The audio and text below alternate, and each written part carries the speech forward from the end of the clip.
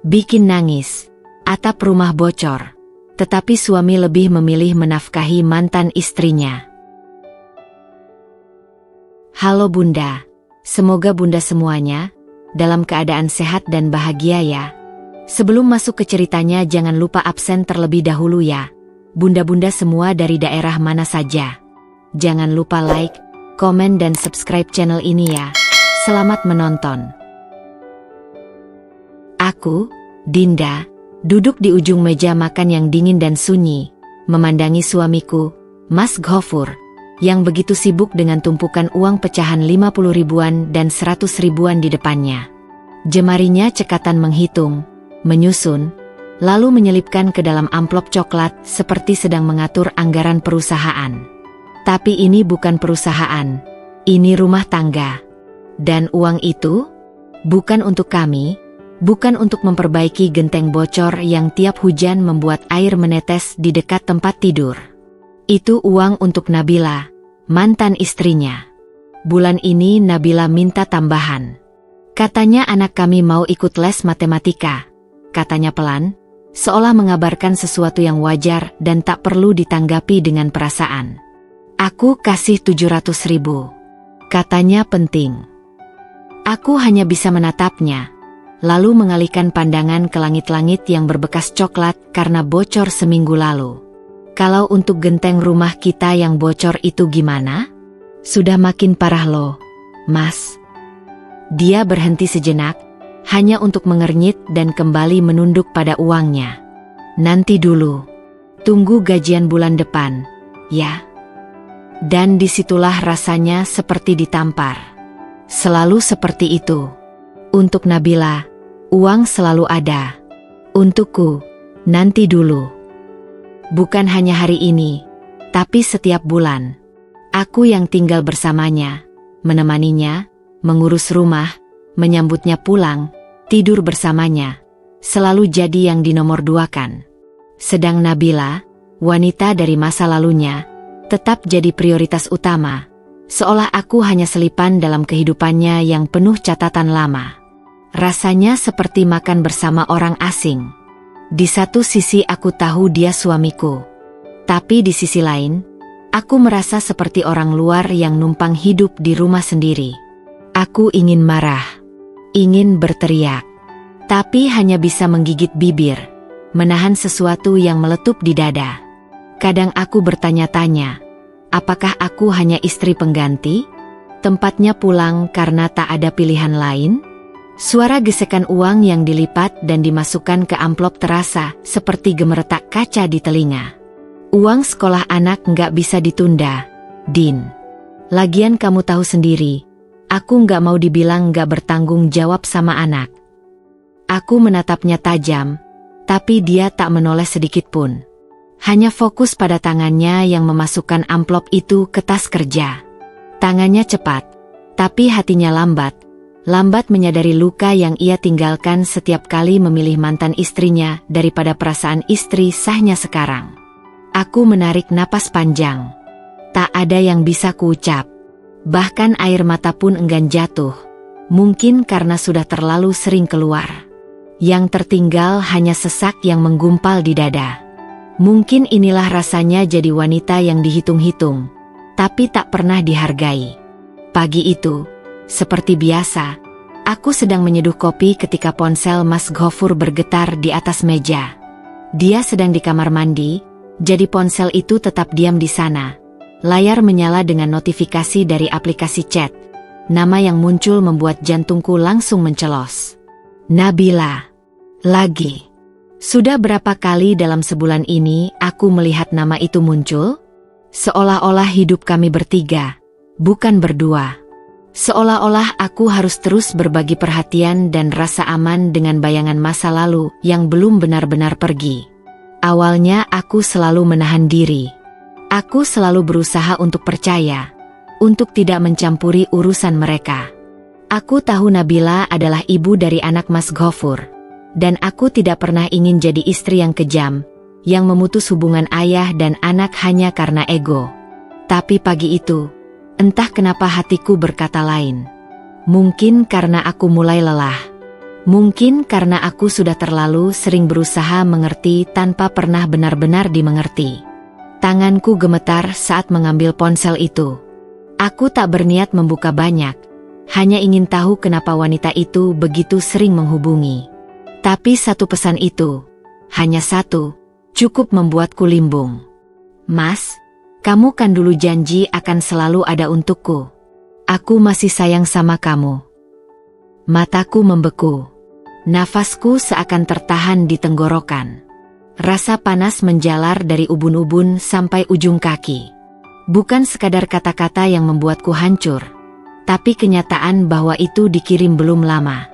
Dan lebih menghancurkan lagi, balasan dari Mas Ghafur ada di bawahnya. Bukan penolakan, bukan batasan, bukan kalimat yang menegaskan bahwa dia sudah menikah lagi. Hanya, aku ngerti, Belle. Aku juga nggak bisa ninggalin kamu. Aku terdiam. Dunia seperti membeku seketika. Kopi yang baru saja kuseduh kini hanya air pahit yang ikut mengalir bersama kekecewaan yang merembes di dadaku. Ini bukan lagi tentang uang. Ini bukan lagi soal siapa yang lebih sering disebut. Ini tentang hati. Tentang komitmen. Tentang janji pernikahan yang ternyata tak seutuhnya ia beri padaku. Ternyata, sebagian hati suamiku masih tinggal di masa lalu. Dan aku hanya persinggahan. Perempuan yang mungkin hanya dicari ketika butuh tenang. Tapi bukan tempat pulang.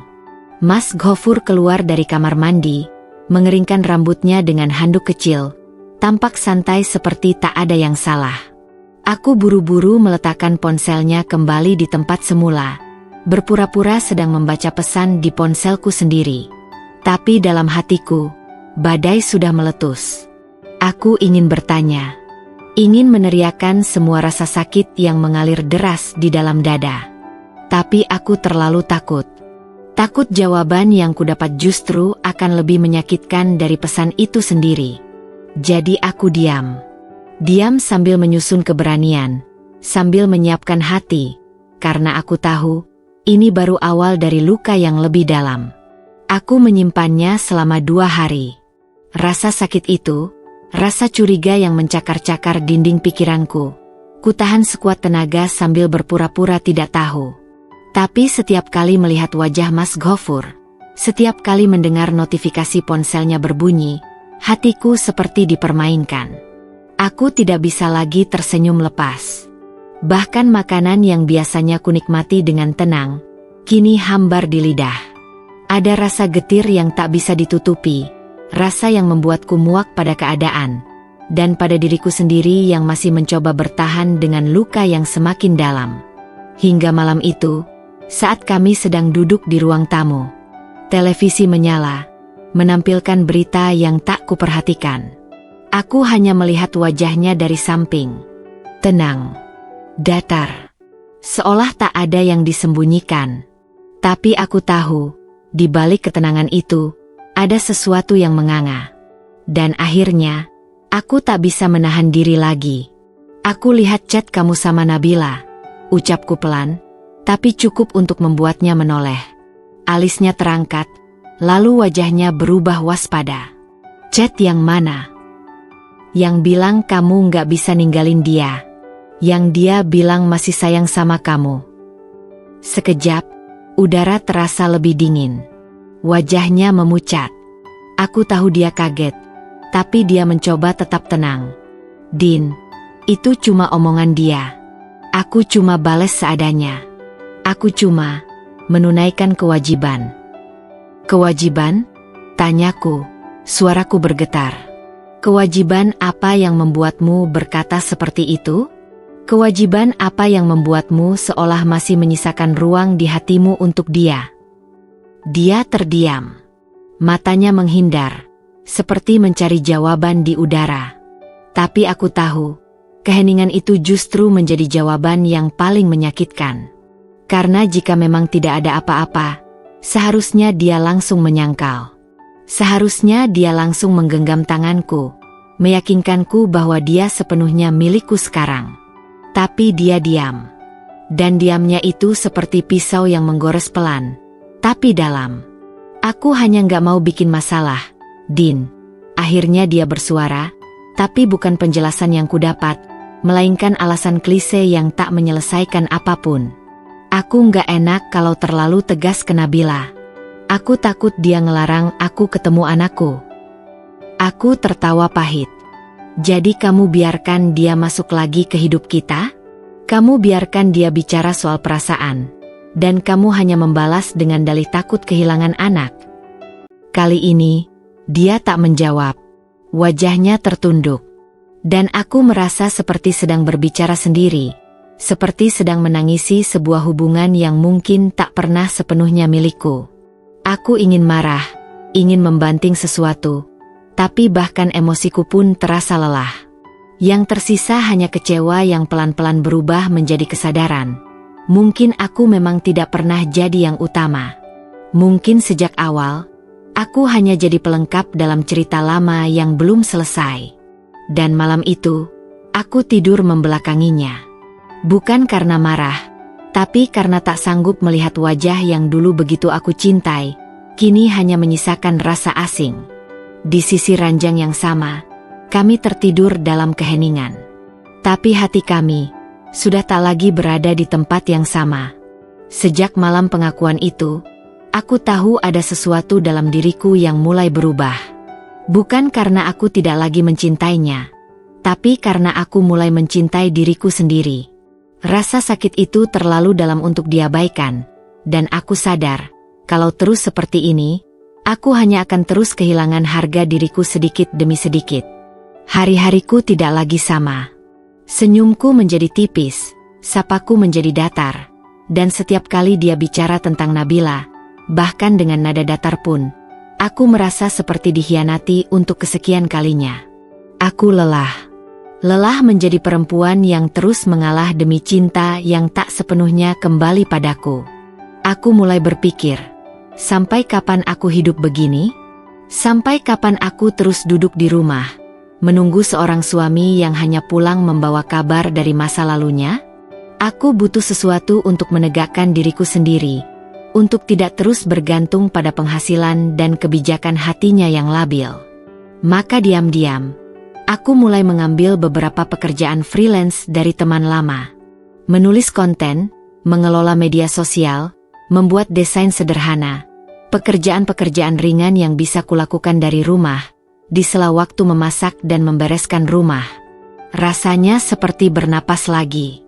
Seperti menemukan kembali sebagian dari diriku yang dulu pernah hilang saat memutuskan menikah dan menyerahkan segalanya pada Mas Ghafur. Namun, rupanya kemandirian itu bukan sesuatu yang bisa diterima dengan mudah olehnya. Suatu malam, saat ia memergoki laptopku masih menyala pukul 10 malam, dia langsung bicara dengan nada tinggi. "Kamu ngapain kerja sampai malam gini, Din? Bukannya udah ada aku yang cari nafkah?" Aku menoleh pelan, berusaha tetap tenang. "Aku cuma bantu-bantu, biar nggak terus bergantung sama kamu. Lagi pula ini kerjaan dari rumah, nggak ganggu siapa-siapa." Wajahnya mengeras. "Jadi kamu nggak percaya aku bisa menafkahi kamu?"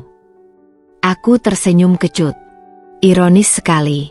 Ketika aku diam dan pasrah, aku dianggap tidak berinisiatif.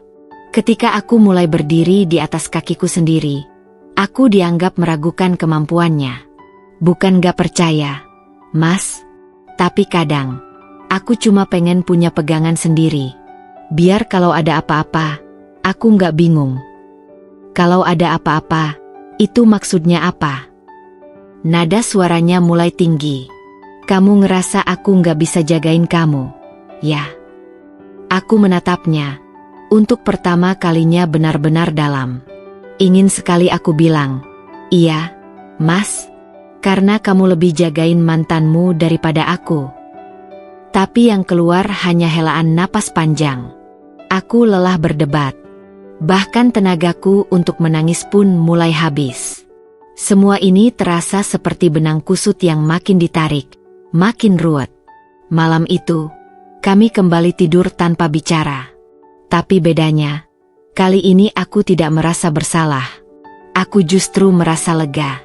Karena untuk pertama kalinya, aku mulai berpikir bahwa mencintai diri sendiri jauh lebih penting daripada mempertahankan seseorang yang tak lagi bisa membedakan mana yang harus ia perjuangkan dan mana yang seharusnya ia lepaskan.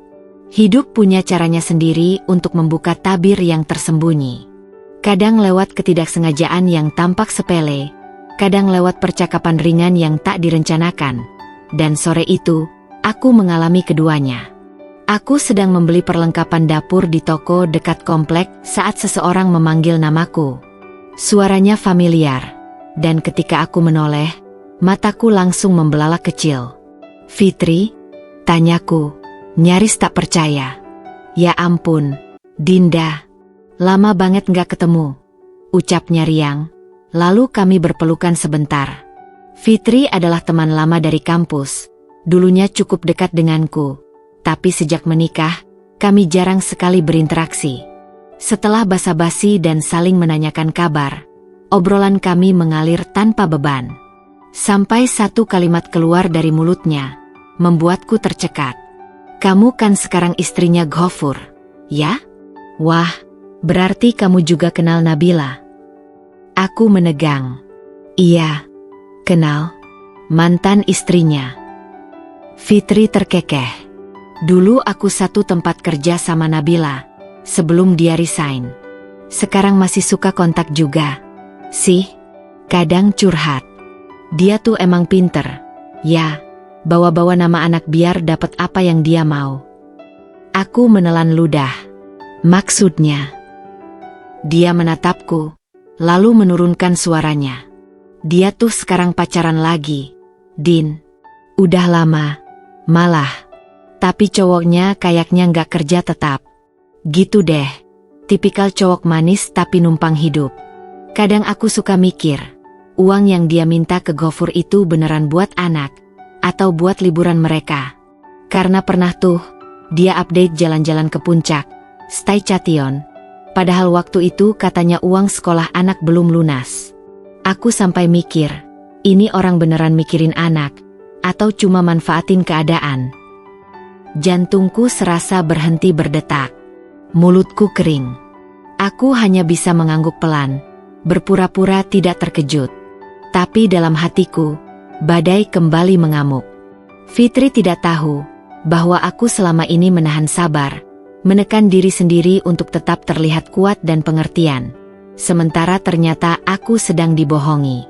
Uang yang seharusnya dipakai untuk kebutuhan anak, bisa jadi digunakan untuk memanjakan laki-laki lain. Dan yang lebih menyakitkan, semua itu dibiayai dari suamiku. Dari uang kami. Dari anggaran rumah kami yang selalu ditunda-tunda. Dalam perjalanan pulang, pikiranku berputar liar. Rasa marah dan kecewa bergantian mengisi dadaku. Aku merasa seperti boneka yang dimain-mainkan. Nabila memanfaatkan Mas Ghafur, dan Mas Ghafur terlalu bodoh atau terlalu buta untuk melihat kenyataan itu. Atau jangan-jangan dia tahu, tapi pura-pura tidak tahu? Malam itu aku tak langsung bicara. Aku hanya duduk diam di tepi ranjang, menatap langit-langit yang retaknya makin lebar. Genteng bocor itu belum juga diperbaiki, seperti simbol dari rumah tangga kami. Retak, dibiarkan, dianggap tak terlalu penting. Tapi malam itu juga, hatiku mulai membangun sesuatu, tekad, bahwa aku tidak akan terus hidup dalam kebohongan dan pembiaran. Jika Mas Ghafur tak mau melihat kebenaran, maka aku yang akan membukakan matanya, dengan cara yang tak bisa lagi ia abaikan. Beberapa hari setelah pertemuan dengan Fitri, aku tak bisa duduk tenang. Setiap tatapanku pada Mas Ghafur dipenuhi kecurigaan yang kini bukan lagi lahir dari prasangka semata, tapi dari serpihan fakta yang sudah mulai terbuka. Aku tahu, jika aku ingin tahu kebenarannya, aku tak bisa hanya duduk diam. Maka diam-diam, aku mulai membuka hal-hal yang sebelumnya selalu kututup rapat. Rekening, mutasi transfer, dan histori e-wallet yang pernah kubantu daftarkan atas nama Mas Ghafur ketika kami baru menikah. Dan di sanalah aku melihat semuanya. Transfer ke rekening Nabila bukan hanya sekali dua kali. Nominalnya tidak kecil. Bahkan ada 1 minggu di mana 2 kali uang dikirimkan dengan selisih hanya 3 hari, masing-masing 1 juta.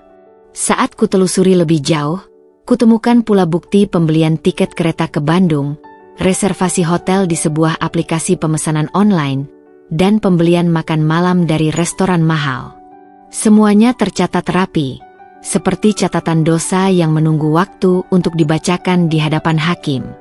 Aku menatap layar ponsel dengan tangan gemetar.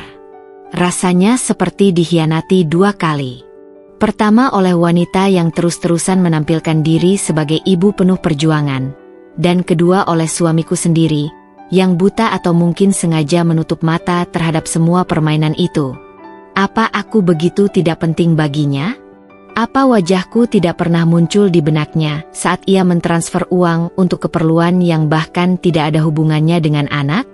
Malam itu, aku menunggunya pulang dengan dada sesak. Dia masuk rumah seperti biasa, melepas sepatu, menyapa seadanya, lalu duduk di sofa sambil membuka ponsel. Seolah tak ada yang berubah. Tapi aku tahu, sesuatu akan pecah malam itu. Dan aku tidak akan menahannya lagi. Aku berjalan pelan menghampirinya, meletakkan ponselku di meja tepat di depannya. Di layar, terbuka 1 bukti transfer dan tangkapan layar story liburan Nabila bersama pria lain, dengan lokasi hotel yang sama seperti yang dipesan lewat akun Mas Gofur. Dia menatap layar itu, lalu menatapku. Apa ini? Harusnya aku yang tanya, ucapku dingin. Selama ini kamu bilang itu semua buat anak. Tapi kamu tahu nggak uang kamu dipakai buat apa? Buat liburan. Sama pacarnya. Raut wajahnya berubah. Ia menelan ludah, bingung mencari kata. Mungkin Nabila bohong soal kebutuhan anak. Tapi aku cuma mau jadi ayah yang bertanggung jawab. Aku tersenyum getir. Tanggung jawab? Kamu sebut ini tanggung jawab? Membiayai mantan istri untuk memanjakan laki-laki lain, sementara istrimu sendiri tidur di rumah bocor, masak dengan gas yang hampir habis, dan menahan tangis tiap malam. Dia terdiam. Tak ada lagi dalih yang bisa ia keluarkan. Aku melihat matanya mulai berkaca-kaca, tapi aku sudah terlalu lelah untuk menangisi kebodohannya. Aku nggak tahu, Din. Aku pikir dia jujur. Aku takut nggak bisa ketemu anak kalau aku terlalu keras ke dia. Lalu bagaimana dengan aku? Apa kamu nggak takut kehilangan aku? Dia bungkam. Dan saat itu aku sadar, ketakutan Mas Gofur selama ini bukan tentang kehilangan, tapi tentang rasa bersalah yang salah arah. Ia lebih takut dinilai buruk oleh mantannya, daripada gagal menjaga rumah tangga yang sedang ia bangun ulang bersamaku. Dan ketakutan macam itu hanya akan menyeretku ke dalam kubangan luka yang lebih dalam. Malam itu, aku tidak menangis, tidak juga membentak. Aku hanya menatapnya, menatap laki-laki yang pernah kucintai sepenuh hati, namun kini berubah jadi teka-teki yang tak layak kucari jawabannya lagi. Karena jawabannya sudah terlalu jelas. Aku tidak pernah benar-benar jadi rumah baginya. Hanya persinggahan, sampai dia selesai menebus masa lalunya yang semu. Setelah malam itu, aku tidak lagi bisa memandang Mas Gofur dengan cara yang sama. Setiap kali menatap wajahnya, hanya ada 1 kata yang bergema dalam benakku, pengkhianatan. Bukan karena ia berselingkuh secara fisik, tapi karena ia menyerahkan seluruh sisi tanggung jawabnya, hatinya, waktunya, uangnya, kepada seorang perempuan yang seharusnya sudah menjadi bagian dari masa lalu. Dan aku, yang berusaha menjadi istri penuh pengertian, justru jadi korban kesetiaannya yang salah arah. Maka aku tahu, aku harus bersuara. Aku harus menuntut keadilan, bukan hanya untuk diriku sendiri, tapi untuk harga diriku yang selama ini diinjak-injak secara perlahan. Hari itu aku menunggu waktu yang tepat. Setelah dia selesai makan siang dan duduk di ruang tengah, aku mengajaknya bicara. Kali ini bukan dengan tangisan atau suara bergetar seperti biasanya, tapi dengan nada tenang, tajam, dan penuh ketegasan. Mas, mulai bulan depan, aku minta kamu mengurangi kiriman uang ke Nabila. Dia menoleh cepat, ekspresinya langsung berubah seperti orang yang baru saja ditampar. Apa? Kamu serius? Aku sangat serius. Aku menatap matanya, tanpa gentar. Aku nggak minta kamu berhenti menafkahi anakmu. Tapi aku minta kamu bersikap adil. Rumah ini bocor. Anak kita yang sedang aku kandung. Dan aku bahkan harus cari kerja sendiri karena kebutuhan kita nggak pernah jadi prioritas. Aku capek jadi istri yang selalu disuruh. Ngerti? Sementara kamu nggak pernah mikir perasaanku. Mas Ghafur berdiri, seperti mencoba menunjukkan bahwa dia tak suka nadaku. Aku nggak mau dianggap ayah yang lalai, Din. Kalau aku berhenti bantu Nabila, dia bisa larang aku ketemu anak. Aku bangkit berdiri, menantangnya dengan sorot mata. Dan kamu lebih takut kehilangan anak dari Nabila daripada kehilangan anak yang ada di dalam rahimku sekarang. Wajahnya memucat. Napasnya berat, tapi dia tak langsung menjawab. Ada jeda panjang di antara kami. Jeda yang penuh luka dan kekecewaan. Aku cuma nggak mau dibilang suami yang nggak bertanggung jawab, ujarnya akhirnya, suaranya melemah. Aku menggeleng pelan. Mas, kamu memang bertanggung jawab, tapi ke arah yang salah. Tanggung jawab itu bukan hanya tentang uang, tapi tentang keberpihakan. Dan kamu selama ini nggak pernah berpihak padaku. Kamu selalu takut disalahkan oleh Nabila, tapi tidak pernah takut menyakitiku. Kamu takut dianggap buruk oleh orang luar, tapi tidak peduli bagaimana aku harus menangis diam-diam di kamar mandi, hanya karena kamu lebih sibuk membenarkan keperluan mantanmu daripada mendengarkan keluhanku sendiri. Dia terduduk. Mungkin sadar, mungkin masih mencoba membenarkan posisi diri sendiri. Tapi aku tak peduli lagi. Aku sudah bicara. Aku sudah berdiri untuk diriku sendiri. Untuk pertama kalinya dalam pernikahan kami, aku berhenti menjadi istri yang hanya menunduk dan menunggu belas kasih. Aku menuntut keadilan, bukan karena aku tak ingin berbagi, tapi karena aku lelah dibagi. Aku ingin menjadi prioritas, bukan sisa waktu. Dan jika keadilan tak bisa aku dapatkan dari mulutnya, maka aku akan mulai mencarinya dalam diriku sendiri, dengan atau tanpa dia di sisiku. Tak lama setelah aku mengutarakan tuntutanku kepada Mas Ghafur, hidupku berubah. Bukan karena keadaan langsung membaik, melainkan karena kenyataan bahwa Nabila, si mantan istri, tidak tinggal diam. Seperti biasa, ia selalu punya cara untuk membuat segalanya lebih rumit. Kalau dulu aku merasa dia adalah bayang-bayang yang tak terlihat, kini dia muncul terang-terangan, siap menggoyahkan segala yang kuanggap sudah stabil. Hari itu, aku pulang kerja dan mendapati rumah kami sepi. Mas Ghafur sudah pulang lebih awal, tapi wajahnya tak terlihat senang. Ada kekosongan yang aneh di mata Mas Ghafur, seolah ia sedang menanggung beban berat yang belum ia ceritakan. Aku mendekatinya dengan rasa curiga, tapi sebelum aku sempat bertanya, ponselnya berbunyi. "Ini dari Nabila," katanya, sambil menyerahkan ponselnya padaku tanpa berkata apa-apa. Aku menatap layar itu, dan seketika aku merasa dunia seakan berhenti berputar. Pesan dari Nabila jelas, padat, dan sangat menyakitkan. "Dinda, jangan pura-pura baik-baik aja. Semua orang tahu kamu itu pelit dan iri. Kamu nggak senang lihat aku bahagia. Kamu nggak pernah punya hati. Kalau nggak mau tahu, tanya Ghafur." Ponsel itu terasa berat dalam tanganku, dan perasaanku mulai kacau. Aku sudah menduga, ada yang salah dengan Nabila. Selama ini, aku terus mengalah, mencoba menjaga kedamaian, sementara dia justru berusaha menyulut api. Namun, ini bukan sekadar serangan verbal yang bisa aku abaikan. Ini adalah serangan yang langsung ditujukan untuk merusak reputasiku di mata orang lain, terutama di mata keluarga besar kami.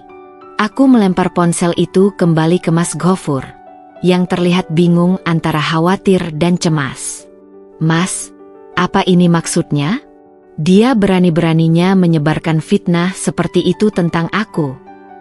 Dia menatapku sejenak, bingung mencari kata-kata yang tepat. Aku nggak tahu, Din.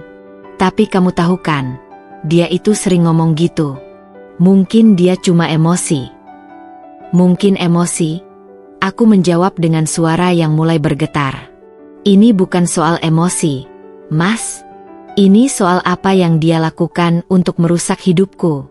Dia terus-menerus mengguncang rumah tangga kita dengan segala tipu daya, dan aku nggak bisa terus-terusan diam.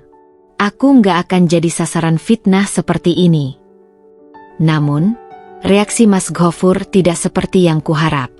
Bukannya mendukungku, dia malah terlihat lebih khawatir dengan keadaan Nabila daripada dengan apa yang terjadi padaku. Tapi Din, dia kan ibu dari anakku. Aku nggak mau kalau sampai anakku terpengaruh sama masalah ini. Aku terpaku sejenak. Bagaimana bisa Mas Ghafur begitu terombang-ambing? Aku memandangnya dengan mata penuh kecewa. Lalu bagaimana dengan aku, Mas? Aku istrimu sekarang, bukan? Kenapa kamu lebih takut dia marah daripada melindungiku dari fitnah yang dia sebarkan? Kalau kamu lebih mengutamakan Nabila daripada aku, lebih baik aku pergi saja. Air mataku menetes begitu saja, dan aku tak bisa lagi menahan segala perasaan yang selama ini kupendam. Selama ini aku berusaha mengerti dan menerima, tetapi ada titik di mana aku merasa terlalu dipermainkan. Nabila tahu betul bagaimana memanfaatkan kelemahan Mas Ghafur, dan kali ini, dia tidak hanya merusak kepercayaan kami, tetapi juga berusaha merusak cara orang lain melihatku, seolah aku adalah pihak yang selalu merasa tidak cukup dan selalu iri dengan kebahagiaannya. Mas Ghafur terdiam, tampak bingung antara memilih untuk menjaga perdamaian dengan Nabila, atau memilih aku yang sudah jelas memberinya cinta dan dukungan sepanjang waktu. Dia seperti terjebak dalam dilema antara masa lalu dan masa depan. Di satu sisi, aku bisa melihat bahwa ia benar-benar takut kehilangan hubungannya dengan anaknya. Tapi di sisi lain, aku merasa dia juga takut menghadapi kenyataan bahwa hubungannya dengan Nabila tidak hanya merugikan aku, tapi juga merusak pondasi rumah tangga yang sedang dibangunnya. Malam itu, aku pergi tidur dengan hati yang lebih berat dari sebelumnya. Aku mulai merasa terperangkap dalam situasi yang tak pernah kubayangkan sebelumnya. Mas Ghafur mungkin berpikir aku terlalu keras, terlalu menuntut, tapi aku hanya ingin dihargai. Dihargai sebagai istri, dihargai sebagai orang yang selalu berusaha untuk menjaga semuanya tetap berjalan. Meski selalu ada bayang-bayang Nabila yang seakan tak pernah ingin pergi. Aku tahu bahwa tidak ada lagi yang bisa dipertahankan jika semua ini terus berlanjut. Keadaan rumah tangga kami sudah seperti bom waktu, yang bisa meledak kapan saja jika dibiarkan tanpa perhatian. Aku merasa seperti hidup dalam ketegangan yang tak pernah reda. Setiap kata Mas Ghafur, setiap perhatian yang ia berikan, terasa seperti beban berat yang tak pernah bisa aku angkat sendirian. Dan aku tahu, sekarang saatnya untuk memilih, bertahan dalam luka atau keluar untuk mencari kebahagiaan sendiri. Titik balik itu datang dengan cara yang tidak pernah aku duga. Hari itu, aku merasa sedikit lebih lelah dari biasanya. Pagi-pagi, Mas Ghafur kembali berangkat ke kantor dengan wajah yang terlihat sangat lelah, namun dia tak berkata apa-apa. Aku hanya bisa menatapnya dengan hati yang berat, seolah ada sesuatu yang sedang memisahkan kami semakin jauh. Sejak kejadian dengan Nabila, aku merasa semakin jauh darinya. Dia sibuk dengan urusan anaknya yang lain, aku sibuk dengan perasaan yang tak terungkapkan. Kami seperti dua orang yang hidup dalam dunia yang berbeda, meski duduk dalam rumah yang sama. Tapi hari itu, aku merasa sesuatu yang lebih. Ada yang berbeda dengan perasaanku. Sesuatu yang menggerakkan aku untuk tidak hanya menjadi istri yang menunggu, tapi menjadi wanita yang mulai menemukan kembali dirinya. Entah kenapa, saat itu, sebuah keputusan besar terbersit di benakku. Aku merasa, sudah terlalu lama aku mengabaikan diriku sendiri. Aku sudah terlalu lama menjadi penurut, menjadi orang yang selalu berusaha memahami, namun akhirnya justru dilupakan. Cintaku pada Mas Ghafur sepertinya tidak lagi cukup untuk menahan semua ini. Saat aku melangkah menuju ruang tamu, mataku tertuju pada meja kerja Mas Ghafur yang penuh dengan dokumen. Salah satu kertas itu tergeletak begitu saja, dan tanpa sadar, aku membacanya. Itu adalah sebuah surat panggilan dari rumah sakit yang mengonfirmasi jadwal pemeriksaan untuk kehamilanku. Ketika aku membaca itu, hatiku tercekat. Aku memikirkan betapa Mas Ghafur begitu sibuk dengan urusan mantannya dan anak mereka, sampai dia tidak pernah sekalipun bertanya tentang kondisiku, tentang bayi yang sedang kutanggung. Satu-satunya hal yang dia pikirkan adalah bagaimana tetap memenuhi permintaan Nabila, bukan bagaimana aku menjalani masa-masa penting ini. Saat itulah titik balik itu benar-benar datang. Aku merasa diperlakukan seperti bayang-bayang dalam rumah tangga kami. Mungkin bagi Mas Ghafur, keberadaanku hanyalah pelengkap, bukan prioritas. Aku bukan lagi wanita yang ia cintai. Aku hanyalah seorang istri yang ada untuk memenuhi kewajiban-kewajiban sosial, tanpa benar-benar dihargai. Aku merasa marah, tapi lebih dari itu, aku merasa kesal pada diriku sendiri. Kenapa aku terus bertahan dalam ketidakpastian ini? Kenapa aku terus berharap Mas Ghafur akan berubah jika dia sendiri tidak pernah menyadari bahwa aku sudah cukup terluka? Aku memandang ke cermin di kamar, dan untuk pertama kalinya, aku melihat diriku sendiri dengan jelas. Aku bukan lagi wanita yang hanya duduk diam menunggu nasib. Aku bukan lagi orang yang tak berdaya menghadapi keputusan-keputusan yang ada. Aku punya pilihan. Aku punya hak untuk bahagia. Mas Ghafur pulang lebih malam dari biasanya. Di wajahnya, aku melihat kelelahan yang sama seperti pagi tadi. Tapi kali ini, aku tidak ingin lagi menunggu. Aku sudah memutuskan. Mas, aku mulai dengan suara yang tenang, namun penuh keyakinan. Kita harus bicara. Dia duduk di sofa, melepaskan jaketnya, dan menatapku dengan tatapan penuh kelelahan. Apalagi, Din? Aku sudah capek, jawabku pelan, tapi jelas. Aku capek selalu berada di posisi yang salah, selalu menunggu perhatian yang tak pernah datang. Aku capek jadi istri yang selalu berusaha, sementara kamu justru lebih sibuk dengan masalah lain. Aku capek merasa seperti tidak ada artinya buatmu. Dia menunduk, mencoba mencerna kata-kataku, tapi aku bisa melihat bahwa dia tidak sepenuhnya mengerti. Din, aku cuma ingin jadi ayah yang bertanggung jawab.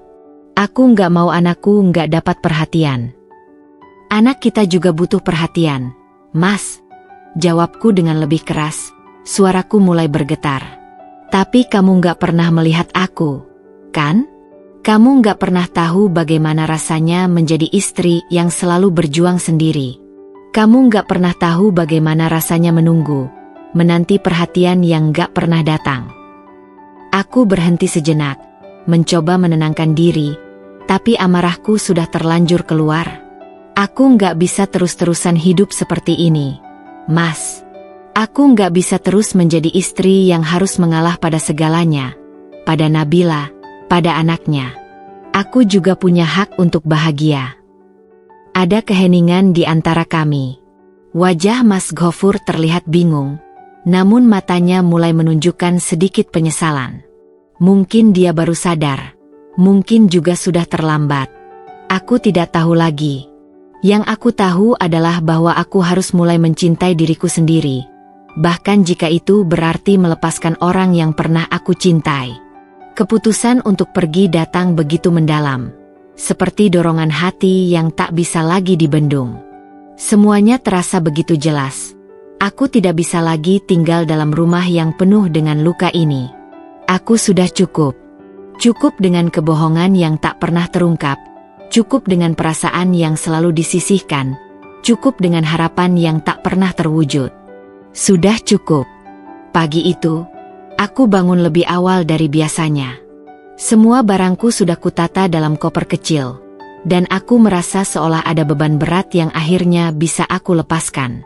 Saat memasukkan pakaian ke dalam koper, aku merasa seperti sedang mempersiapkan diriku untuk sebuah pertempuran.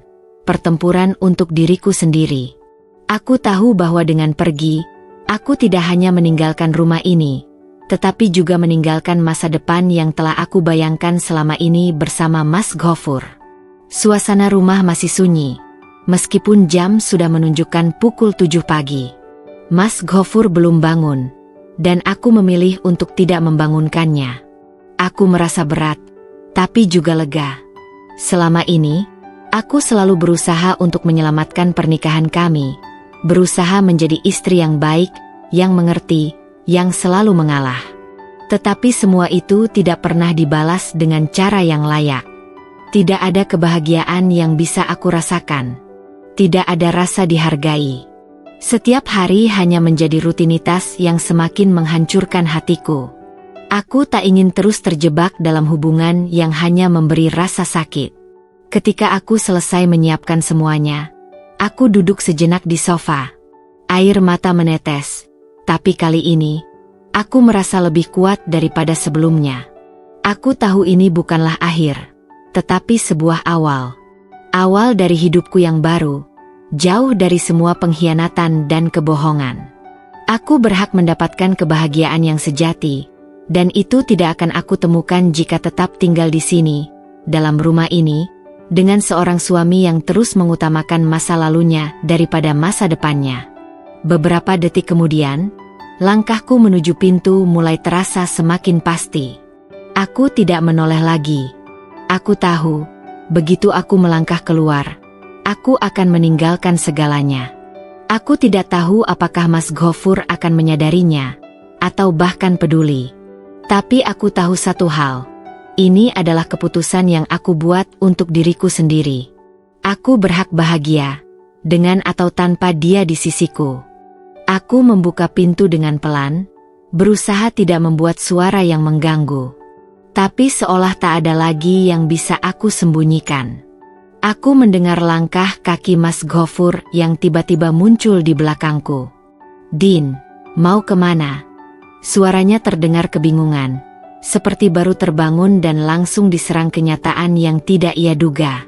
Aku menoleh untuk terakhir kalinya, dan melihat wajah Mas Ghafur yang penuh dengan kebingungan dan kecemasan. Ada tatapan yang tidak bisa aku artikan di matanya. Apakah itu penyesalan, atau hanya ketakutan karena aku pergi? Aku tidak tahu. Aku tidak peduli lagi. Aku sudah cukup lelah dengan ketidakpastian ini. "Aku pergi, Mas," jawabku dengan suara yang datar, namun penuh ketegasan. Aku tidak bisa terus hidup seperti ini. Aku sudah capek menunggu perhatian yang tak pernah datang. Aku sudah capek menjadi istri yang selalu berusaha, sementara kamu lebih fokus pada Nabila. Aku nggak bisa lagi jadi pilihan kedua dalam hidupmu. Mas Ghafur terdiam sejenak, matanya berkaca-kaca. Aku bisa melihat bahwa dia terkejut, bingung, dan mungkin sedikit marah. Tapi kali ini, aku tidak merasa takut. Aku tidak merasa perlu menjelaskan diriku lebih jauh. Keputusanku sudah bulat. "Jadi kamu benar-benar akan pergi?"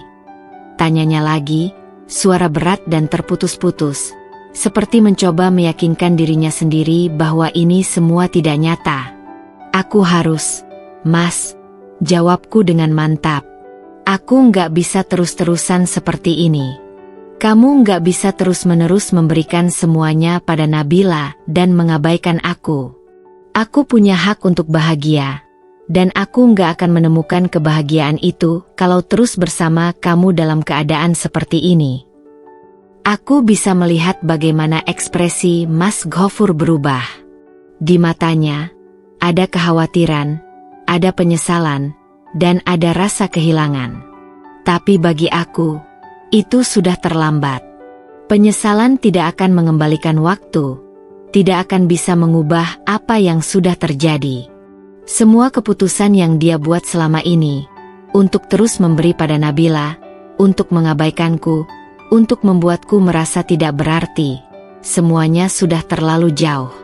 Dia tidak bisa mengubah apa yang sudah ada. Aku melangkah ke pintu dengan langkah pasti. Mas Ghafur masih berdiri di sana, tak tahu harus berbuat apa. "Din, jangan pergi," katanya, hampir putus asa. "Kamu bisa tinggal. Aku akan coba lebih perhatian.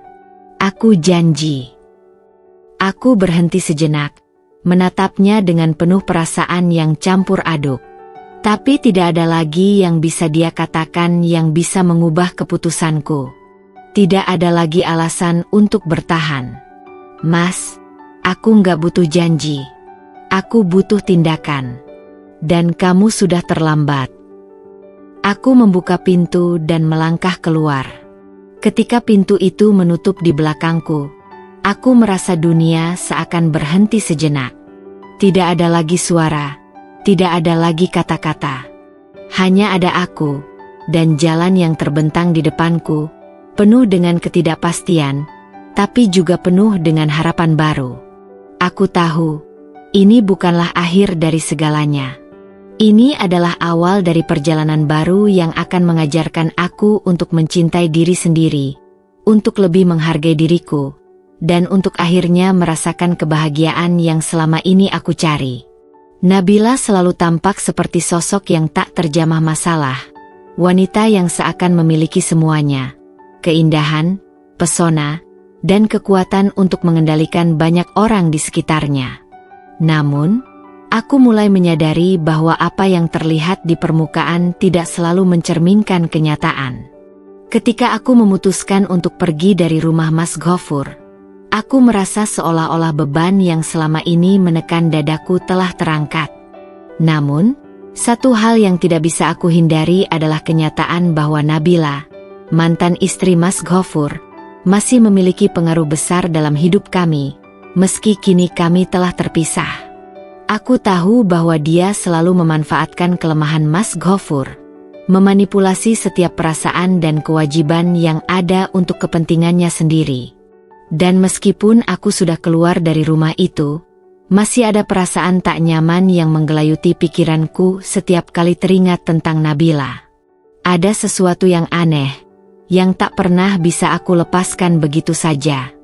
Aku merasa, entah mengapa, bahwa karma sedang mengincar dirinya, dan aku hanya bisa menunggu saat itu datang. Hari itu, aku bertemu dengan seorang teman lama yang kebetulan mengenal Nabila lebih dekat. Dalam obrolan santai kami, dia menyebutkan bahwa Nabila sedang terjebak dalam situasi yang tidak menguntungkan. Nabila itu sebenarnya lagi ada masalah besar. "Din," kata temanku dengan nada sedikit cemas.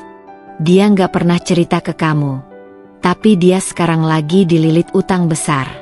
Pacarnya malah cuma memanfaatkannya." Aku terdiam mendengar itu. Selama ini, Nabila selalu tampak begitu percaya diri, seperti wanita yang memiliki segalanya, termasuk Mas Ghafur, yang selalu siap memenuhi kebutuhan anak-anaknya. Tapi ternyata, di balik semua itu, dia hanya sedang bermain dalam kebohongan yang sangat besar. Mungkin selama ini dia telah merasa aman karena uang dari Mas Ghafur selalu mengalir begitu saja, tanpa pernah mempertanyakan kemana uang itu pergi atau siapa yang benar-benar mendapat manfaat dari semua itu. Namun, karma ternyata tidak pernah tidur. Aku mendengar lebih lanjut bahwa pacar Nabila yang tampaknya sempurna itu hanya mengincar uangnya, memanfaatkan hubungan dengan Nabila untuk memenuhi kebutuhannya sendiri.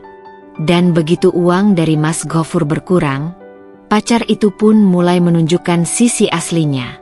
Sekarang, Nabila benar-benar terpojok, temanku melanjutkan. Pacarnya kabur, dan dia sekarang harus menanggung semua utangnya sendirian. Dulu dia masih bisa mengandalkan Ghafur, tapi sekarang sudah tidak ada yang datang lagi. Sebuah senyuman tipis muncul di bibirku. Aku merasa sedikit lega, meski tidak bisa dipungkiri ada perasaan pahit yang tetap mengendap dalam hatiku. Nabila, yang selama ini begitu percaya diri dengan kedudukannya, akhirnya merasakan pahitnya kenyataan. Uang yang dulu dia terima dengan mudah dari Mas Ghafur kini tidak lagi datang. Tanpa itu, dia hanya seorang wanita biasa, terjebak dalam lingkaran utang dan kebohongan yang telah dibangunnya sendiri. Namun, aku juga sadar bahwa ini bukan hanya soal balas dendam atau melihat Nabila jatuh. Ini lebih tentang bagaimana dunia berputar dengan cara yang tak terduga. Semua yang pernah dia lakukan, semua yang dia ambil tanpa peduli akan perasaan orang lain, akhirnya harus dibayar.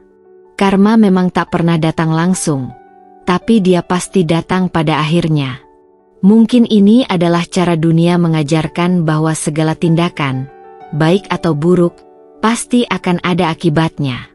Hari-hari berlalu, dan aku kembali ke rutinitasku yang baru. Hidupku terasa lebih ringan tanpa beban yang selama ini menghimpit. Aku bisa merasakan bahwa ada perubahan dalam diriku, perubahan yang mulai memberi ruang bagi kebahagiaan yang sebelumnya tak pernah kutemui. Namun, suatu pagi, aku menerima pesan dari Mas Ghafur. Isi pesan itu membuat hatiku berdebar. "Din, kamu perlu tahu sesuatu," tulisnya. "Nabila," dia meminta tambahan uang lagi. Tapi kali ini, aku nggak bisa memberikan apa-apa lagi. Aku sudah habis, Din. Dan sekarang, Nabila benar-benar kesulitan. Aku hanya membaca pesan itu tanpa memberikan jawaban langsung. Aku merasa kasihan, namun di sisi lain, aku juga merasa bahwa ini adalah pelajaran yang harus dia pelajari. Dulu, Mas Ghafur selalu mengutamakan Nabila, tanpa peduli akan perasaanku.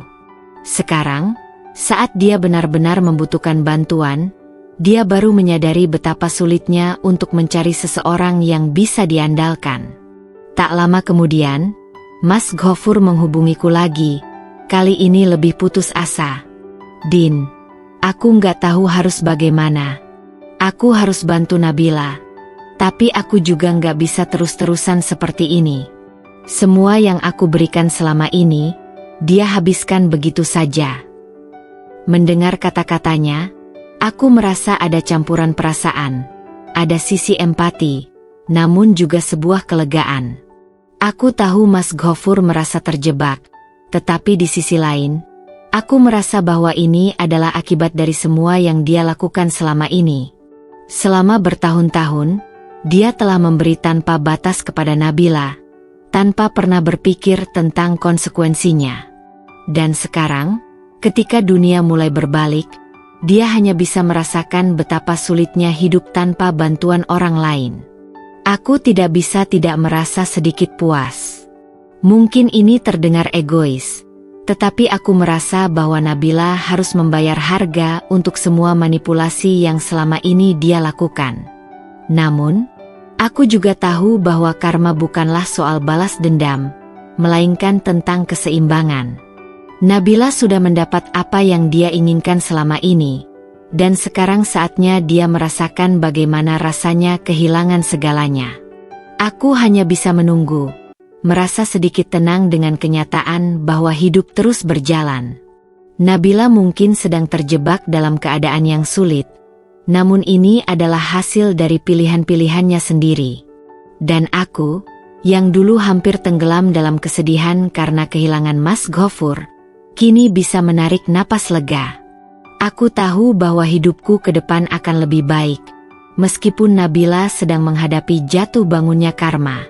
Hari-hari setelah aku pergi dari rumah terasa begitu berbeda. Aku merasa ada semacam kebebasan yang belum pernah kurasakan sebelumnya, meskipun ada kesedihan yang masih menggelayuti. Terkadang aku masih berpikir tentang Mas Ghafur, tentang kenangan indah yang pernah kami miliki. Tetapi semakin aku berpikir, semakin aku sadar bahwa aku telah melakukan hal yang tepat. Keputusan untuk pergi bukanlah keputusan yang mudah, namun itu adalah keputusan yang akhirnya membebaskanku dari perasaan terjebak dalam hubungan yang tidak sehat. Namun, suatu pagi yang cerah, aku menerima sebuah pesan dari Mas Ghafur yang menggetarkan jiwaku. Seperti biasa, pesan itu singkat, Tetapi kali ini ada kesan urgensi yang begitu terasa. Din, kita perlu bicara. Aku salah. Aku benar-benar menyesal. Aku tak tahu harus bereaksi bagaimana. Ada bagian dari diriku yang merasa ragu, terombang-ambing antara rasa kasihan dan kelegaan. Apakah aku siap untuk mendengar penyesalan itu? Apakah aku benar-benar ingin berhadapan dengan kenyataan bahwa Mas Ghafur akhirnya sadar akan kesalahannya? Aku tak tahu. Tapi ada sesuatu dalam diriku yang mendorongku untuk menanggapi pesan itu. Aku pun memutuskan untuk bertemu dengan Mas Ghafur. Kami sepakat untuk bertemu di sebuah kafe kecil yang tenang, di luar keramaian. Saat aku tiba di sana, aku melihat Mas Ghafur duduk dengan ekspresi yang berbeda dari biasanya. Wajahnya tampak lebih tua, lebih lelah, dan ada aura penyesalan yang jelas terlihat di matanya. Itu bukanlah wajah pria yang dulu begitu penuh dengan kepercayaan diri, pria yang selalu merasa dia benar dan bisa mengendalikan segalanya. Kini, dia terlihat rapuh, bahkan tak bisa menatapku dengan tegas. Aku duduk di depannya, menatapnya dengan hati yang berat. Tidak ada kata-kata yang keluar dari mulutku pada awalnya, hanya keheningan yang mengisi ruang di antara kami. Mas Ghafur membuka mulutnya, tetapi suara yang keluar terdengar begitu lemah. Din, aku benar-benar menyesal.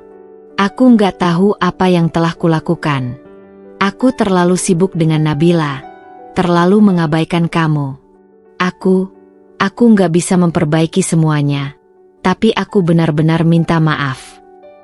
Ada keheningan lama setelah dia mengucapkan kata-kata itu. Aku merasa seakan semuanya berhenti berputar sejenak. Di satu sisi, aku tahu bahwa penyesalan Mas Ghafur sudah terlambat.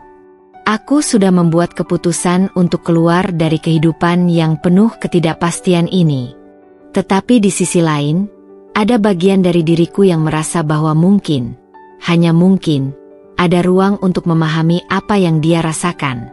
Aku menghela napas, mencoba mengumpulkan semua kata-kata yang tepat. Mas, kamu terlambat, kataku pelan, suaraku bergetar. Aku sudah cukup. Selama ini kamu selalu memberi lebih banyak pada Nabila.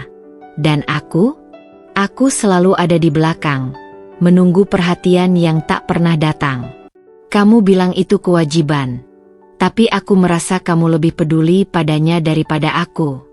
Kamu baru sadar setelah semuanya berantakan. Setelah aku pergi, setelah kamu kehilangan aku. Mas Ghafur menundukkan kepalanya, seperti seorang anak yang merasa bersalah. Matanya penuh dengan penyesalan yang dalam. Aku salah, Din. Aku tahu aku salah. Aku terlalu fokus pada masa laluku, terlalu takut untuk melepaskan semuanya. Aku bahkan tidak melihat bahwa aku sudah menyakiti kamu.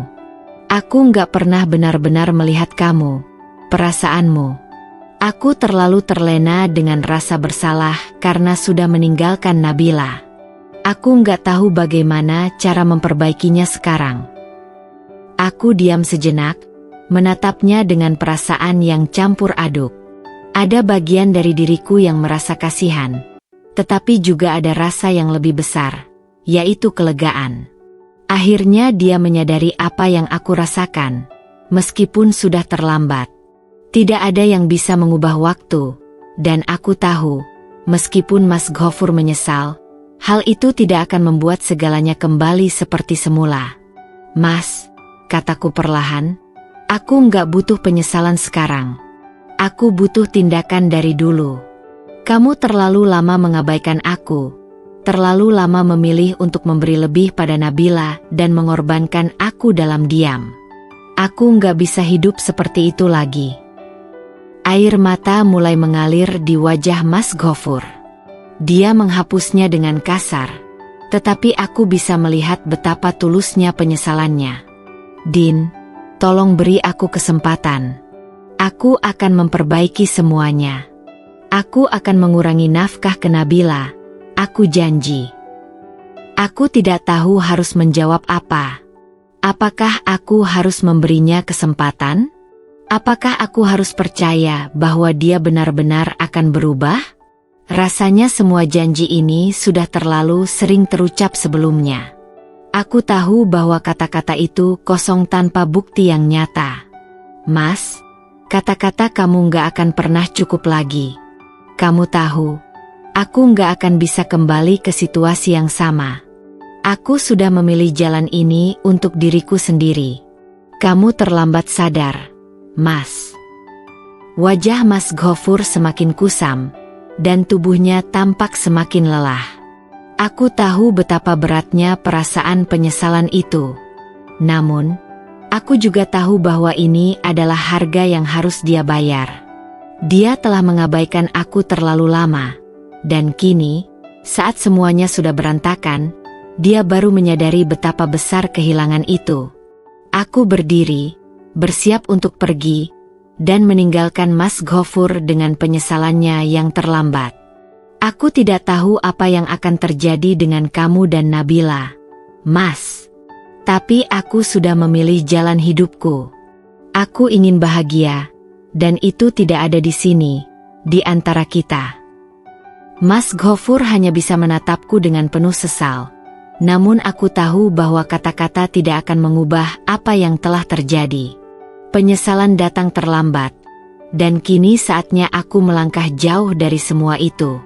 Aku tidak bisa lagi terjebak dalam masa lalu, tidak bisa lagi membiarkan diriku berada dalam hubungan yang hanya memberi luka. Mas Ghafur telah memilih jalannya, dan kini aku memilih untuk melanjutkan hidupku dengan cara yang lebih baik. Beberapa minggu setelah aku berpisah dengan Mas Ghafur, aku mulai merasakan ketenangan yang luar biasa. Aku tidak lagi terjebak dalam drama yang tak berkesudahan. Aku bisa tidur nyenyak setiap malam tanpa terbangun oleh kecemasan tentang keputusan-keputusan Mas Ghafur yang selalu mengutamakan Nabila. Tetapi, meskipun aku mencoba untuk tetap fokus pada hidupku, satu hal yang tidak bisa aku hindari adalah berita yang datang tentang Nabila. Kehidupan Nabila, yang selama ini terlihat begitu sempurna di mata banyak orang, kini mulai goyah. Semua kemewahan dan kebebasan yang dia nikmati berkat bantuan Mas Ghafur selama ini, mulai terkikis. Aku mendengar kabar dari teman-temanku, yang selalu mengamati gerak-geriknya, bahwa Nabila sekarang berada dalam keadaan yang jauh berbeda.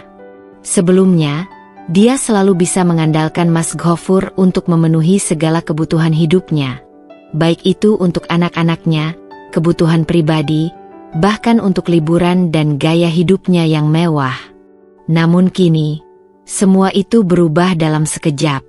Mas Ghafur yang dulu begitu tulus memberikan nafkah, kini sudah merasa cukup dengan memberi hanya sedikit. Dan itulah yang membuat Nabila panik. Tanpa uang dari Mas Ghafur, kehidupan yang selama ini dia bangun dengan segala kemewahan, mulai runtuh. Segala kemudahan yang dia dapatkan, tanpa sadar, telah memberinya rasa ketergantungan yang sangat dalam pada Mas Ghafur. Ketika bantuan itu mulai berkurang, Nabila merasakan dampaknya dengan sangat cepat. Satu demi satu masalah datang bertubi-tubi.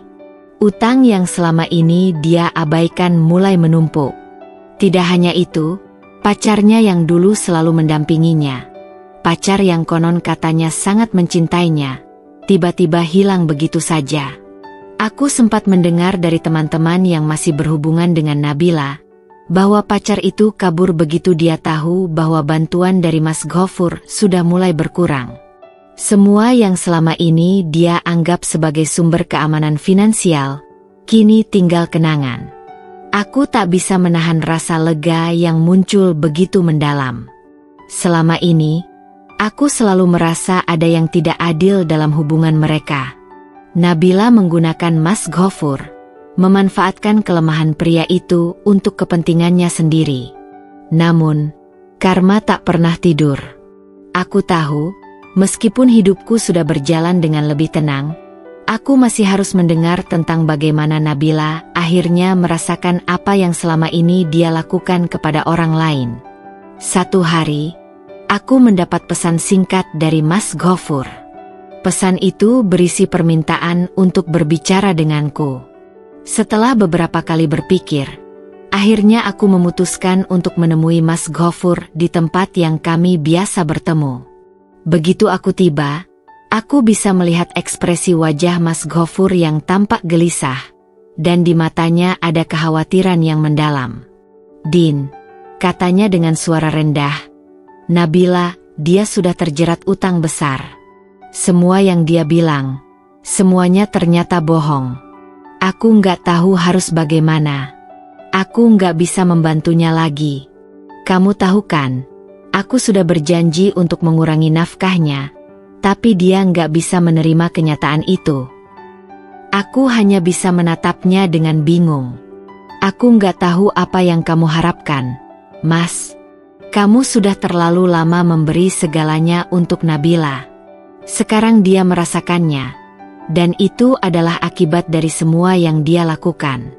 Kamu terlalu terlambat sadar," jawabku dengan nada yang penuh perasaan. Mas Ghafur terdiam, tampak begitu kecewa pada dirinya sendiri. "Aku tidak tahu harus bagaimana, Din. Semua yang dia lakukan, semuanya untuk anak-anak.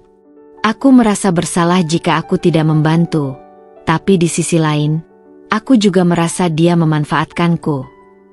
Kata-kata itu seperti mengingatkanku pada saat-saat ketika aku merasa diabaikan. Aku tahu betul betapa besar perasaan Mas Ghafur yang terjebak di antara kewajiban dan perasaan bersalah. Namun, sekarang, aku hanya bisa merasa kasihan padanya, bukan karena aku peduli lagi, tetapi karena dia akhirnya merasakan bagaimana rasanya kehilangan semua yang dianggapnya penting. "Mas, aku sudah bilang, kamu terlalu lama mengabaikan perasaanku. Dan sekarang, kamu harus menerima kenyataan bahwa semuanya sudah berubah. Kamu tidak bisa terus-terusan menanggung beban Nabila, terutama jika itu membuat hidupmu semakin sulit." Mas Ghafur mengangguk perlahan, namun ekspresinya tetap cemas. Aku tahu dia merasa bersalah, tetapi aku juga tahu, terlalu banyak waktu yang telah terbuang tanpa bisa diperbaiki. Seperti halnya hubungan kami yang sudah hancur, hidup Nabila pun sekarang terancam jatuh. Keesokan harinya, aku mendengar kabar bahwa Nabila benar-benar terpojok. Tanpa uang dari Mas Ghafur, dia mulai merasakan betapa sulitnya hidup tanpa ada yang menolongnya. Untuk pertama kalinya, Nabila harus menghadapi kenyataan bahwa dia tidak bisa lagi mengandalkan orang lain untuk memenuhi segala kebutuhannya. Tidak ada lagi liburan mewah, tidak ada lagi shopping dengan kartu kredit, tidak ada lagi kemewahan yang dulu dia anggap sebagai haknya. Semua itu hilang, seiring dengan berkurangnya uang dari Mas Ghafur. Aku tidak bisa menahan rasa puas, meski tahu bahwa ini adalah karma yang harus dia hadapi. Semua yang dia lakukan selama ini untuk mendapatkan perhatian dan materi dari Mas Ghafur kini berbalik menghantuinya. Aku tidak merasa kasihan padanya, meski mungkin orang lain akan melihatnya sebagai nasib buruk yang tidak adil. Tapi aku tahu, ini adalah hasil dari pilihannya sendiri. Dia yang selama ini terus-menerus mengambil tanpa memberi, yang selalu menggunakan kelemahan orang lain demi keuntungan pribadi. Namun, hidup tidak selalu semudah yang kita pikirkan. Ketika seseorang terjerat dalam keadaan seperti ini, mereka seringkali berusaha mencari jalan keluar dengan cara yang tidak terduga. Aku tahu bahwa Nabila akan berusaha untuk mencari cara baru untuk mendapatkan uang, bahkan jika itu berarti kembali mendekati Mas Ghafur atau orang lain yang bisa memberikan apa yang dia butuhkan. Namun, apa yang tidak dia ketahui adalah, segala sesuatu yang sudah diberikan kepada dirinya, kini sudah habis, dan tidak ada lagi yang bisa mengubah kenyataan itu. Hari-hari berikutnya, Mas Ghafur mulai datang ke rumah orang tuaku, mencoba mencari jalan keluar. Meskipun aku sudah jauh darinya, dia masih datang dan mencoba berbicara, seolah berharap aku bisa membantunya dalam menghadapi masalah-masalah yang kini mendera hidupnya. Din, aku nggak tahu harus gimana lagi. Aku sudah gagal di pekerjaan. Aku nggak bisa memberikan apa-apa lagi untuk Nabila. Semua ini kacau, katanya dengan wajah penuh kekesalan dan keputusasaan. Aku melihatnya, dan untuk pertama kalinya, aku merasa ada perasaan yang lebih mendalam untuk memaafkannya. Namun, aku juga tahu bahwa aku tidak bisa kembali lagi ke titik itu. Aku tidak bisa kembali ke dalam hubungan yang membuatku merasa terabaikan dan tidak dihargai. Mas Ghafur baru menyadari betapa besar kesalahannya ketika semuanya sudah hilang. Aku tidak bisa menyelamatkannya, karena aku sudah memilih untuk menyelamatkan diriku sendiri terlebih dahulu. Aku nggak bisa bantu kamu, Mas, jawabku tegas. Kamu harus bertanggung jawab atas keputusanmu sendiri. Kamu nggak bisa terus-menerus hidup dalam penyesalan. Aku sudah memilih jalanku, dan kamu juga harus memilih jalanmu. Mas Ghafur hanya bisa terdiam, menatapku dengan tatapan kosong.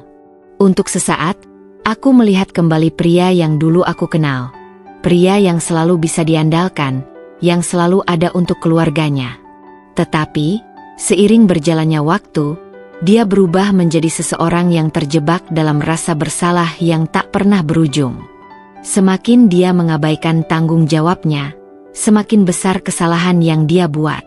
Kini, dia harus menanggung semua akibatnya. Di satu sisi, aku merasa lega karena sudah mengambil keputusan untuk keluar dari hubungan yang tidak sehat. Namun, di sisi lain, aku merasa sedih karena melihat betapa hancurnya kehidupan Mas Ghafur. Meski begitu, aku tahu bahwa aku tidak bisa lagi terjebak dalam rasa kasihan atau penyesalan. Ini adalah waktuku untuk bergerak maju, dan aku tidak akan mundur lagi. Mas Ghafur akhirnya pulang ke rumah orang tuanya, tak lagi memiliki pekerjaan yang dulu dia banggakan. Aku mendengar kabar bahwa dia mulai mencari pekerjaan lain, tetapi tanpa pengalaman yang cukup dan tanpa dukungan dari siapapun, itu bukanlah hal yang mudah. Kehidupannya kini terasa sepi, tanpa ada yang bisa diandalkan. Dan saat itu, aku tahu, dia akhirnya mulai menyadari betapa besar kerugian yang dia rasakan, baik dalam karir maupun dalam hidup pribadinya. Hidupku mulai menemukan ritmenya yang baru setelah aku meninggalkan Mas Ghafur. Meskipun proses awalnya sangat sulit, perasaan lega yang datang setiap hari semakin memperjelas bahwa keputusan untuk pergi adalah langkah yang benar. Kini, aku bisa merasa bebas dari beban yang selama ini menghambat langkahku. Keputusan untuk memilih diri sendiri bukanlah hal yang mudah, terutama ketika aku sudah begitu lama menjadi bagian dari hidup seseorang yang ternyata tidak menghargai keberadaanku. Namun, meskipun aku masih sering teringat akan kenangan masa lalu, aku tahu aku tidak bisa terus hidup dalam bayang-bayang itu. Aku hamil saat aku meninggalkan rumah Mas Ghafur. Kehamilan ini memberi aku alasan yang lebih kuat untuk menjaga diriku sendiri, untuk menghargai setiap momen yang ada dan setiap langkah yang aku ambil. Ini bukan hanya soal aku dan Mas Ghafur lagi. Ini tentang masa depan, tentang anak yang akan segera lahir ke dunia ini. Keputusan untuk menjadi ibu yang mandiri, yang tidak terikat pada siapapun yang tidak mampu memberiku kebahagiaan, menjadi lebih jelas dengan setiap hari yang berlalu. Aku melanjutkan pekerjaan freelance yang sebelumnya sudah aku mulai, dan meskipun tidak selalu mudah, aku merasa lebih kuat dari sebelumnya. Menjalani hidup tanpa bergantung pada siapapun memberi aku kebebasan yang selama ini hilang. Setiap proyek yang aku kerjakan, setiap uang yang aku hasilkan dengan keringat sendiri, rasanya seperti kemenangan kecil. Aku tahu bahwa aku telah mampu membangun hidupku kembali, dan aku tidak perlu menunggu pertolongan dari siapapun, apalagi dari Mas Ghafur yang selalu menempatkan Nabila di atas segalanya. Ketika aku menjalani kehamilanku, aku dikelilingi oleh keluarga yang sangat mendukung. Ibuku, yang selalu memberikan semangat dan cinta tanpa syarat, menjadi sosok yang tak tergantikan dalam hidupku. Setiap kali aku merasa lelah atau cemas tentang masa depan, dia ada untuk mengingatkanku bahwa kebahagiaan yang sejati datang ketika kita memilih untuk mencintai diri kita sendiri terlebih dahulu. Aku menyadari bahwa aku tidak perlu menunggu orang lain untuk memberikan kebahagiaan itu. Aku sendiri yang harus menciptakannya. Hari-hari berlalu dengan penuh harapan. Aku mempersiapkan segala sesuatu untuk menyambut kelahiran anakku. Semua perasaan yang dulu terpendam, semua kekecewaan yang pernah menghancurkan hatiku, perlahan mulai menghilang. Setiap gerakan kecil di dalam perutku adalah pengingat bahwa aku tidak sendirian lagi. Ada satu jiwa kecil yang bergantung padaku, dan aku akan memberikan segala yang terbaik untuknya. Suatu hari, Mas Ghafur datang menemuiku. Aku sudah menunggu saat ini, meskipun aku tidak tahu apa yang harus aku rasakan. Apakah ini saatnya untuk berbicara tentang semuanya? Atau apakah aku hanya akan menghindar? Tetap menjaga jarak dari masa lalu? Ketika aku membuka pintu dan melihatnya berdiri di depan, aku bisa melihat ekspresi penyesalan yang dalam di wajahnya. Matanya yang dulu penuh dengan ketegasan kini tampak lelah dan penuh penyesalan. Dia membawa bunga, seikat bunga mawar merah yang terlihat kontras dengan suasana hati yang kelam. "Din," ujarnya pelan, suaranya bergetar.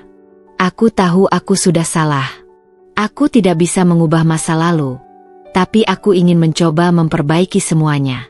Aku ingin menjadi bagian dari kehidupan anak kita, dan aku berharap kamu bisa memberiku kesempatan untuk itu." Aku terdiam sejenak. Ada perasaan campur aduk dalam diriku.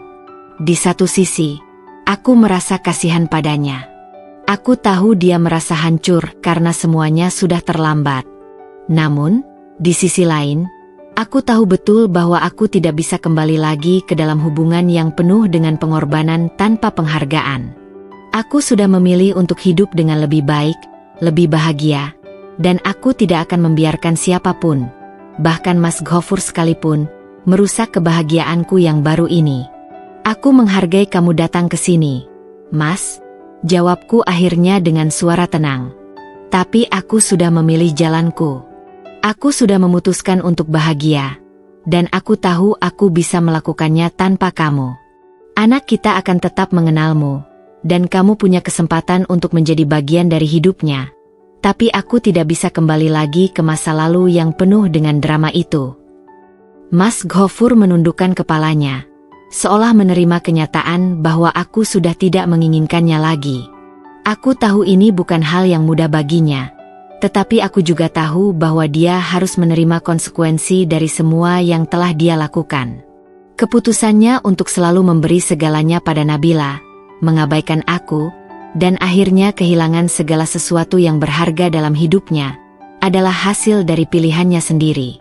"Aku minta maaf, Din. Aku menyesal. Aku akan selalu ada untuk anak kita. Itu janji yang aku bisa berikan," katanya. Suaranya lebih rendah dari sebelumnya. Aku mengangguk pelan, merasa sedikit lebih ringan setelah mendengar kata-katanya.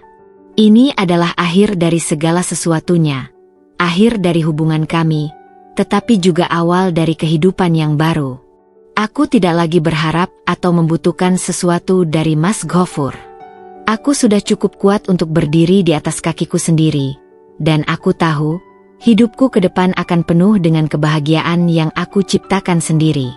Hari-hari setelah itu terasa semakin cerah. Aku melahirkan seorang anak laki-laki yang sehat dan penuh kebahagiaan. Keluarga besarku berkumpul untuk merayakan kelahiran si kecil, dan aku merasakan betapa banyak cinta yang mengelilingiku.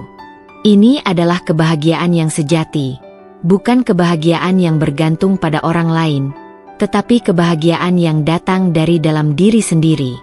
Meskipun Mas Ghafur hadir beberapa kali untuk mengunjungi anak kami, aku tidak lagi merasa cemas atau terbebani. Aku bisa menjaga jarak dengan penuh kedamaian. Aku tahu, aku sudah memilih untuk menjadi pribadi yang lebih baik, lebih bahagia, dan lebih kuat. Dan itulah yang akan aku wariskan kepada anakku. Sebuah hidup yang penuh dengan keberanian untuk membuat pilihan yang benar, untuk selalu mencintai diri sendiri, dan untuk tidak pernah takut melangkah menuju kebahagiaan sejati. Waktu berlalu dengan cepat setelah aku melahirkan anakku. Hidupku kini dipenuhi dengan tawa dan kebahagiaan yang sederhana. Ada saat-saat penuh kebingungan, kegelisahan, dan rasa cemas yang selalu mengiringi setiap keputusan besar yang kuambil. Namun setiap hari yang berlalu, aku semakin yakin bahwa aku telah memilih jalan yang tepat. Aku sudah cukup menjalani kehidupan yang penuh dengan pengorbanan tanpa penghargaan. Dan kini saatnya untuk menjalani hidupku sendiri, tanpa ada yang menghalangi. Tidak ada lagi drama, tidak ada lagi perasaan terabaikan, hanya ada aku, anakku, dan kebahagiaan yang perlahan-lahan kubangun kembali dari puing-puing masa lalu. Mas Ghafoor datang sekali lagi, kali ini dengan wajah yang lebih matang. Aku bisa melihat betapa dia sudah berubah, betapa penyesalan yang menggunung di dadanya. Aku tidak bisa menyangkal bahwa ada sedikit rasa kasihan yang muncul. Namun aku tahu itu bukanlah alasan untuk mengubah keputusan yang telah kuambil. Dia datang dengan membawa harapan, berharap bisa kembali dalam hidupku, berharap bisa memperbaiki semuanya. Tetapi aku tahu, meskipun penyesalan itu tulus, aku tidak bisa kembali ke titik yang sama. Din, aku tahu aku sudah salah.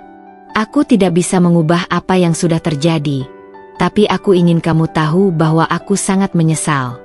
Aku ingin memberikan yang terbaik untuk anak kita.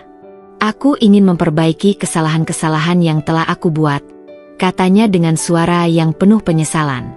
Aku memandangnya, tetapi hatiku tidak tergerak lagi. Aku tidak bisa kembali ke masa lalu yang telah terlalu banyak mengajarkanku untuk memilih diriku sendiri.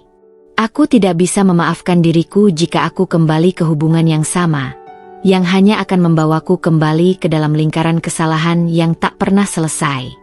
Aku sudah cukup belajar bahwa kebahagiaan sejati datang ketika kita bisa menerima dan menghargai diri kita sendiri. Aku tahu bahwa untuk menjadi pribadi yang lebih baik, aku harus meninggalkan segala sesuatu yang merugikan, termasuk hubungan dengan Mas Ghafoor. Mas, aku tahu kamu menyesal. Aku mengerti itu. Dan aku menghargai niat baikmu. Tetapi aku sudah memilih jalanku. Aku sudah bahagia tanpa harus kembali ke dalam hubungan yang penuh dengan drama dan pengorbanan tanpa penghargaan. Jawabku dengan tegas namun penuh pengertian. Kamu akan selalu menjadi ayah dari anak kita, dan kamu berhak untuk tetap menjadi bagian dari hidupnya. Tetapi, aku sudah memutuskan untuk hidup dengan cara yang lebih baik, dengan cara yang lebih bebas, dan aku tidak bisa mengubah itu. Aku bisa melihat ekspresi Mas Ghafoor yang memudar. Dia menghela napas panjang, seolah menerima kenyataan bahwa ini adalah akhir dari segala sesuatu yang telah terjadi di antara kami.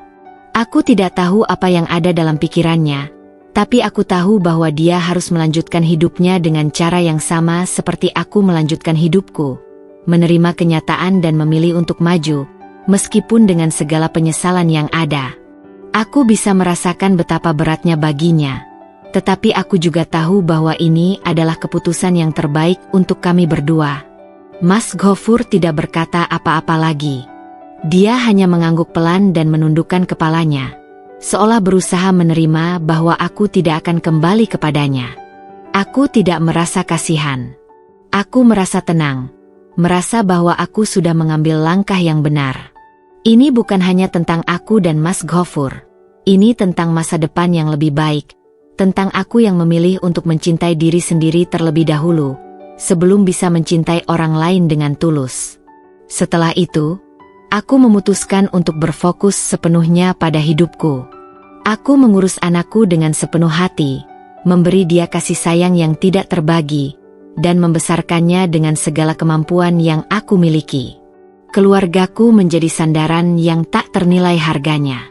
Mereka ada di setiap langkah perjalanan hidupku, memberi dukungan tanpa syarat, memberi cinta yang membuatku merasa cukup.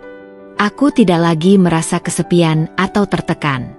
Aku merasa bebas, bebas dari belenggu masa lalu yang pernah mengikatku. Di luar sana, banyak orang yang mungkin berpikir bahwa aku telah gagal dalam pernikahan, bahwa aku tidak bisa mempertahankan hubungan. Tapi aku tahu bahwa keberhasilan hidup tidak selalu diukur dengan seberapa lama kita bertahan dalam sebuah hubungan. Aku menemukan kebahagiaan sejati dalam kebebasan yang aku pilih, dalam keputusan untuk tidak lagi menyerah pada pengorbanan yang tak dihargai. Aku memilih untuk merdeka, untuk hidup sesuai dengan keinginanku sendiri, dan untuk memberikan yang terbaik untuk anakku, tanpa beban yang harus dipikul oleh orang lain. Lambat laun, Mas Ghafur mulai menerima kenyataan bahwa aku tidak akan kembali kepadanya. Kami masih berkomunikasi untuk urusan anak, tetapi hubungan kami tidak lagi seperti dulu. Kami belajar untuk menjadi orang tua yang baik bagi anak kami, meskipun tidak lagi menjadi pasangan. Itu adalah jalan yang kami pilih, jalan yang penuh dengan penerimaan dan pengertian. Aku tahu bahwa Mas Ghafur akan menyesal sepanjang hidupnya, tetapi itu bukan lagi urusanku. Aku sudah memilih untuk bahagia, untuk melanjutkan hidupku tanpa rasa bersalah, tanpa rasa tertekan, dan tanpa bayang-bayang masa lalu. Hari-hari berlalu dengan damai. Aku merasa bangga dengan diri sendiri. Aku bangga bisa melalui semua cobaan ini dengan kepala tegak. Bangga bisa memilih kebahagiaan meskipun itu berarti melepaskan sesuatu yang dulu sangat berharga. Aku tidak lagi merasa terikat pada masa lalu, dan aku tidak lagi memikirkan apa yang terjadi pada Mas Ghafur atau Nabila. Hidupku adalah milikku sendiri, dan aku akan menjalani setiap hari dengan penuh rasa syukur. Kini, anakku tumbuh dengan penuh keceriaan.